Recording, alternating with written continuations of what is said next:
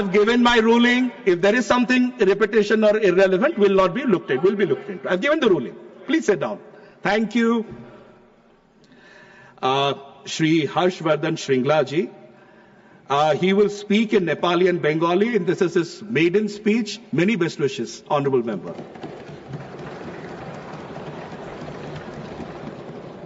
माननीय उपसभापति महोदय जी और इस गरिमामय सदन के आदरणीय सदस्यगणों, सबसे पहले मुझे इस प्रतिष्ठित सदन में अपना पहला वक्तव्य रखने का अवसर देने के लिए मैं आप सभी का हृदय से धन्यवाद करता हूं। मैं माननीय राष्ट्रपति महोदय और हमारे आदरणीय प्रधानमंत्री नरेंद्र मोदी जी के प्रति अपनी गहन कृतज्ञता प्रकट करता हूं, जिन्होंने मुझे भारतीय संसद के इस सम्माननीय सदन के लिए मनोनीत किया। आज इस सम्मानित सदन को अगाड़ी मेरो पहिला संभाषण में मो एउटा डिप्लोमेट को रूप में मात्र हैन, तर 4 दशक को लागि देश को सेवा गरेको व्यक्ति को रूप में म तपाईहरुको अगाडि छु। आज देश को सेवा र मेरो इलाका दार्जिलिङ को जनता को सेवा में म फेरि यहाँ आइपुगेको छु, तर एउटा नयाँ क्षमता में। এই সদনের সব সদস্যকে আমি বলতে চাই যে আমি আমার দায়িত্ব দিল দিয়ে ভালোভাবে পালন করব। আমি দেশের উন্নয়ন, গণতন্ত্রের পরিভাষা আর মানুষের কাজের জায়গা আরো ভালো করার চেষ্টা করব। Honorable Deputy Chairman, sir, as a new entrant to the House, I wish to share some of my views on this very important discussion taking place today. My views are based not only on my experience as a diplomat, but also in the intensive consultations that I have had with stakeholders, partners, informed and uninformed opinion, both within our country and outside. And I want to make a few brief points. And the first of the point is, what is Op Sindoor? And I think on the night of the 7th of May, we saw a very precise, highly calibrated, intelligence-driven strike in Pakistan and Pakistan-occupied Kashmir. And as Honorable Raksha Mantri have told us, those strikes were targeted at terrorist entities that have been waging a war of terrorism against our country.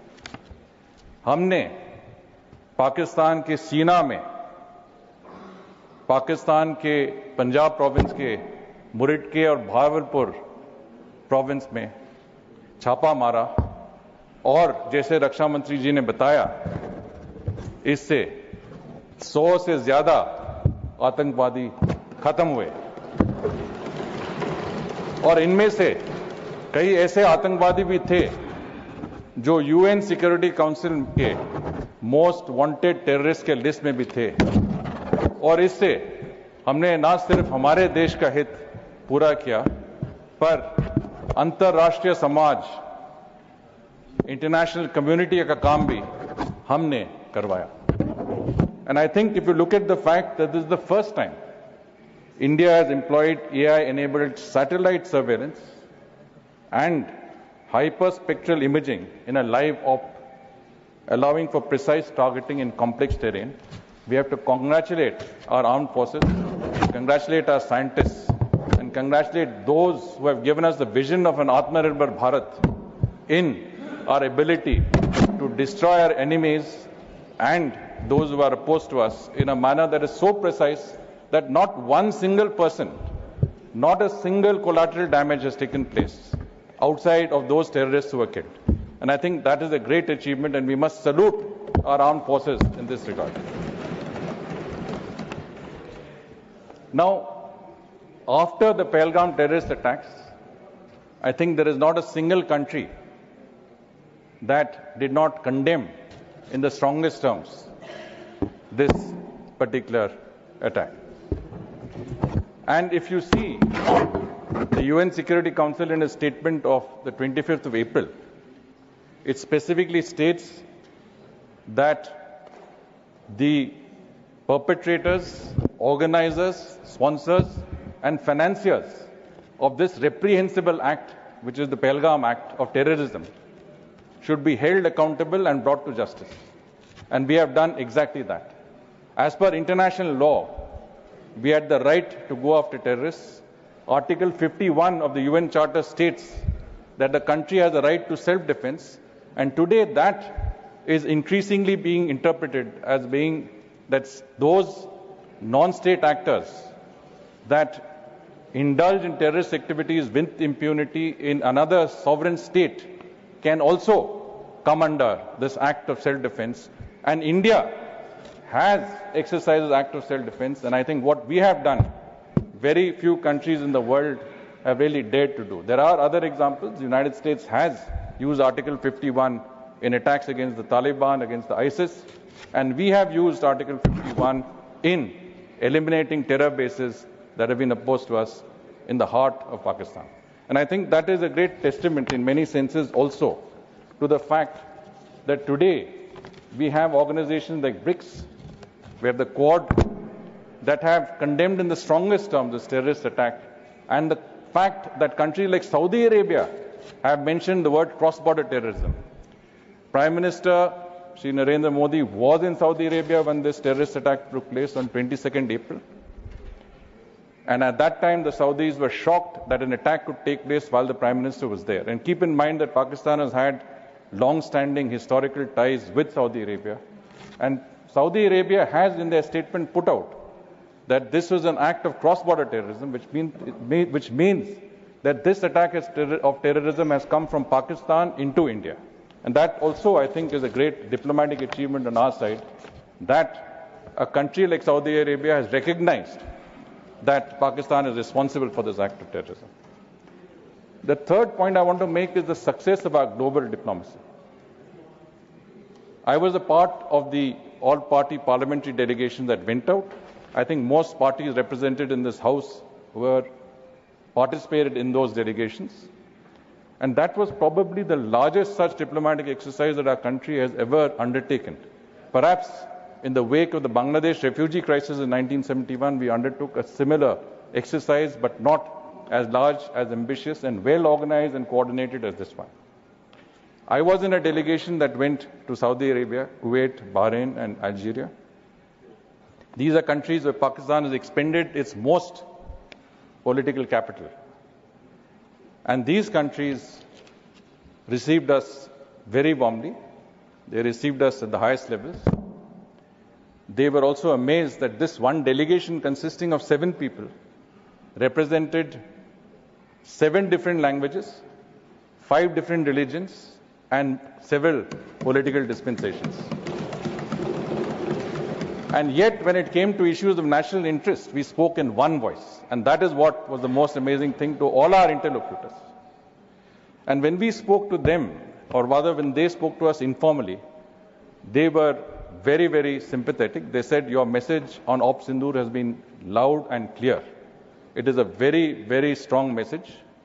We know that Pakistan is behind these acts of terrorism, and we will work closely with you in using our leverage in organizations like FATF, the UN Security Council, World Bank, and other places to keep Pakistan in check. And I think, again, this is very important, because when you look at the fact that these countries in the Gulf 10 to 15 years ago had a very indifferent relationship with us, one of some mutual suspicion where Pakistan had a very important role. Today, आज अगर हम हमारे द्विपक्षीय रिश्ते इन देशों से देखें, gulf देशों से, सऊदी अरेबिया, कुवैत वगैरह, तो एक बहुत ही बड़ा परिवर्तन आया है और इसका कारण है प्रधानमंत्री नरेंद्र मोदी का खुद का जो इन्होंने जो एफर्ट्स किए, इनके लीडर्स के साथ संबंध बनाना, ये हम आज इसका नतीजा हम देख रहे हैं. And today we are regarded, mister chair, as a country that is a responsible global power, a country that is the fourth largest economy in the world, an economic powerhouse, a repository of technology and human resources talent, and for countries like in the Gulf, most importantly, a long-term safe destination for their investments. And again, we have seen several comments today which have been in many senses derogatory of the sense that India is a country that is today on the rise. It has been derogatory of the leadership that is today exercised by us. It has been derogatory of our defense, security and foreign policy. And I think it is very important, if you take the example of our interactions with foreign delegates, it is very important that we speak in one voice. हमें एकता दिखाना चाहिए, हम एकजुट होना चाहिए, जबकि हमारे राष्ट्रीय सुरक्षा और विदेश नीति के मुद्दों पे हम बात करते हैं. I think that's very important from a point of view of a practitioner. This is a maiden speech. We generally don't interrupt. Yeah. Sir, Carry on. I am only sharing my opinion, sir. Continue. I mean, these are my views, and I'm telling you from the point of view of a person who has seen the world. Now, Continue. if you look at the world today, there is a great amount of uncertainty. Conflicts are on the rise. Every part of the world is witnessing conflicts. There is a great level of indebtedness of developing countries. There are issues like climate change and sustainable development which have been left on the wayside. The world is today divided in a certain sense in a strategic rivalry between certain powers. And in that, global governance institutions are failing us. And in this situation, many countries, especially countries in the global south, have looked up to India and have said that if there is any country that can provide solutions to the global challenges of the day, it is India under the leadership of Prime Minister Narendra Modi. And I think that is very, very important. अगर हम एक विकसित भारत बनना चाहते हैं और अगर हम ये सफर एक साथ में सफल होना चाहते हैं, तो हमें एकता दिखानी होगी, हमें एक आवाज से, एक जवाब से बात करनी होगी, जो मुद्दे हमारे लिए महत्वपूर्ण है, जो मैंने कहा राष्ट्रीय मुद्दे. And I think I just saw some members talking about basically press statements, comments issued by other foreign governments. And let me tell you, every country issues these statements.